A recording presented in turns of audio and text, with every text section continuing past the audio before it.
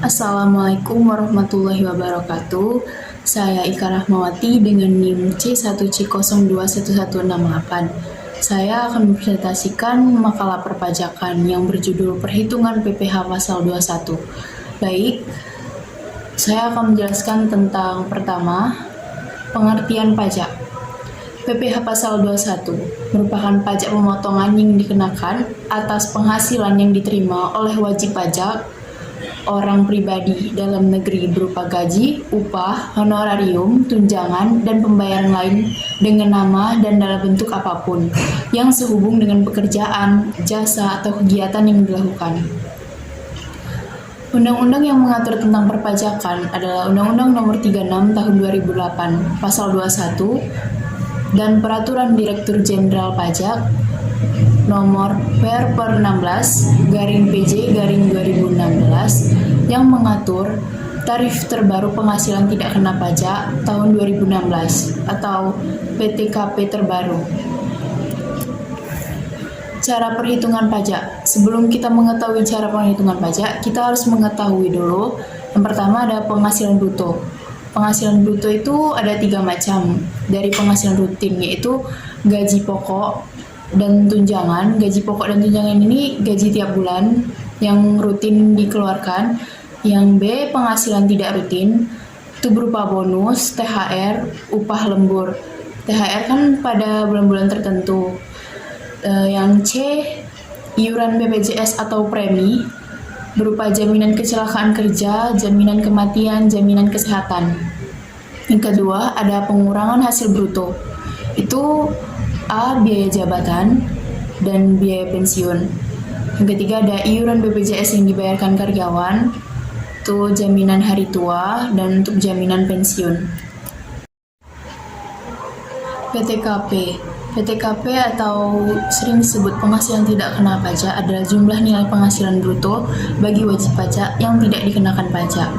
Misalnya 54 juta per tahun atau 4.500.000 per bulan untuk wajib pajak orang pribadi, 4.500.000 per tahun atau 375.000 per bulan untuk wajib pajak yang kawin, 54 juta per tahun atau 375.000 per bulan untuk istri yang penghasilannya digabung dengan penghasilan suami. Dan terakhir ada 4.500.000 per tahun atau 375.000 per bulan untuk tiap anggota keluarga sedarah dan sekeluarga semenda dalam garis keturunan lurus serta anak angkat yang menjadi tanggungan sepenuhnya paling banyak 3 orang untuk setiap keluarga. Selanjutnya tarif PPh Pasal 21. Karena kita sebelum menghitung harus mengetahui tarif PPh. Tarif PPh itu adalah tarif pajak yang dikenakan kepada wajib pajak orang pribadi dengan jumlah penghasilan tertentu.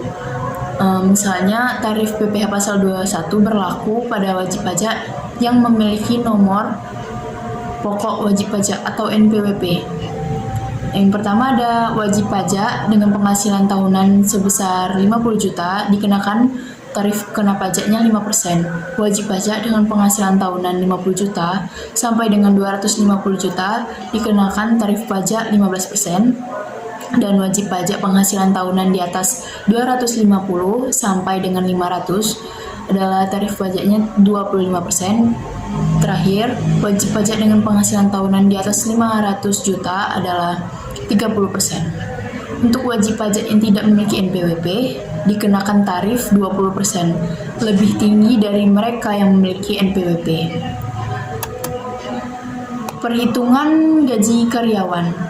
Ada 3 cara, yaitu metode gross yang pertama, yang kedua ada metode gross up, yang ketiga ada metode net. Penjelasannya saya akan jelaskan.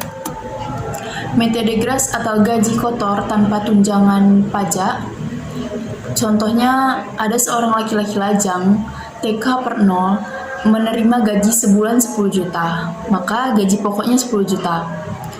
PPh 21 yang harus ditanggungnya 220.883. Jadi 10 juta dikurang dengan 220.883 dapatlah gaji bersihnya 9.779.167. Yang kedua ada metode gross atau gaji bersih dengan tunjangan pajak.